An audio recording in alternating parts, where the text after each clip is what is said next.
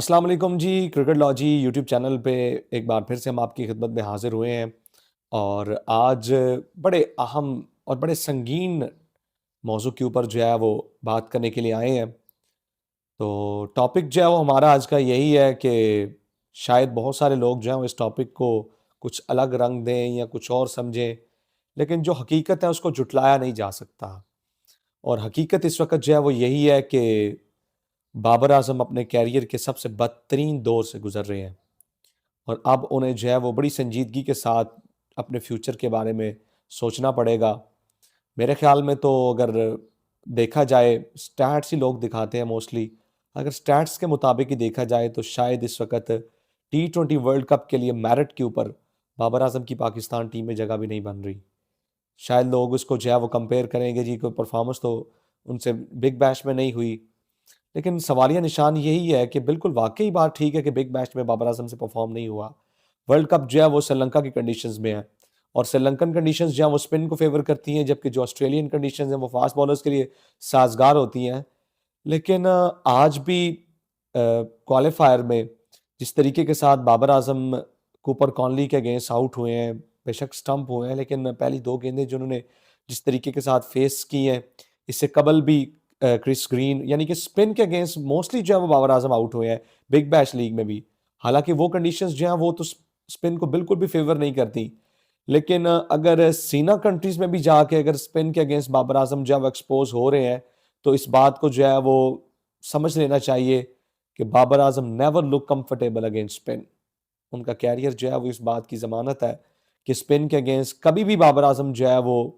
अच्छे साबित नहीं हुए। स्पिनर्स ने हमेशा ही उन्हें तंग किया है, चाहे वो केशव महाराज हों, प्रभात जसूरिया हों, कुलदीप यादव हों, अक्षर पटेल हों, रविंद्र जडेजा हों,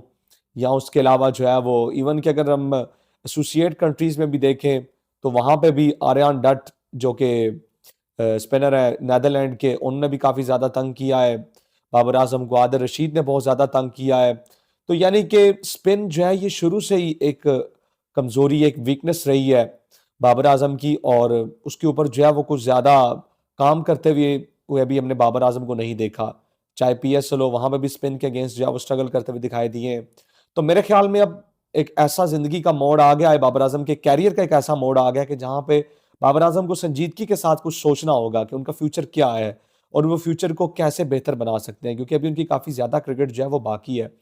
लेकिन उनकी टेक्निक का एक्सपोज होना, उसके बाद फिर स्पिन के अगेंस्ट मुसलसल स्ट्रगल करते जाना, कोई ऐसा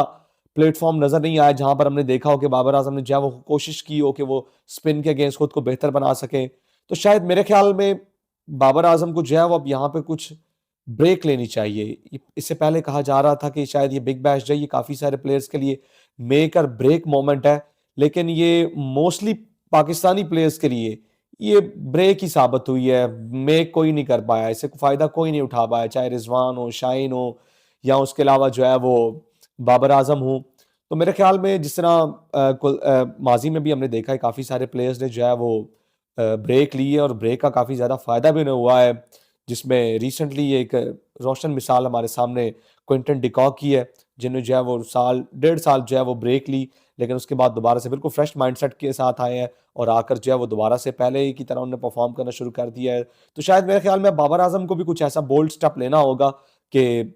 कुछ थोड़े अरसे के लिए वो ब्रेक लें, जहाँ पर जाकर जब अपनी टेक्निक थोड़ी सी चेंज करें, मॉडर्न क्रिकेट के मुताबिक खुद को जब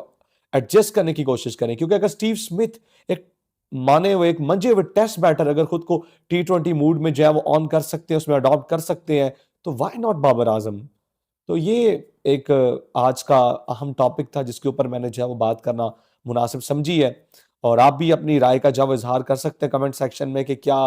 ये जो मशवरा है इसके बारे में बाबर आजम को संजीदगी के साथ सोचना होगा, क्योंकि अब तो ऑस्ट्रेलियन एक्सपर्ट्स भी यही मशवरा दे रहे हैं बाबर आजम को कि उन्हें जो है वो चाहिए अब थोड़ी देर के लिए जो है वो ब्रेक लें, मेंटली जो है वो थोड़ा सा फ्रेश हों, खुद को मजीद स्ट्रॉन्ग करें, और उसके बाद दोबारा से जिस तरह पहले उनकी फॉर्म लगी हुई थी, मुसलसल वो हर फॉर्मेट में रन्स करते जा रहे थे, वैसे ही जो है वो दोबारा से उनकी फॉर्म जो है वो बहाल हो। तो अब देखते हैं कि पाकिस्तान क्रिकेट बोर्ड की सिलेक्शन कमेटी जो है वो क्या फैसला करती है, और वर्ल्ड कप में तो यकीनन जो है वो बाबर आजम खेलेंगे ही। ऐसा तो हो नहीं सकता कि उन्हें जो है वो ड्रॉप किया जाए, क्योंकि अगर ड्रॉप ही करना होता तो फिर उनका एशिया कप के बाद कम बैक ना करवाया जाता। तो अब देखते हैं कि होपफुली कि शायद वर्ल्ड कप जो है वो उसमें कुछ बेहतर परफॉर्म करें, पाकिस्तान की जीत में कलीदी किरदार अदा करें, और हम हमारे पास जो र्यूमर्स चल रहे हैं हो, दुआ तो हम यही करते हैं, दुआ भी यही करते हैं कि ये गलत ही हो और बाबर आजम जो है वो दोबारा से पहली फॉर्म में दोबारा में नजर आए। लेकिन अगर हकीकत को देखा जाए तो हकीकत इसके बिल्कुल मुनाफी नजर आ रही है। हकीकत जो है वो कुछ और ही अक्स जो है वो हमारे सामने आया कर रही है। So hope for the best, best wishes है, लेकिन हकीकत को जुटलाया नहीं जा सकता।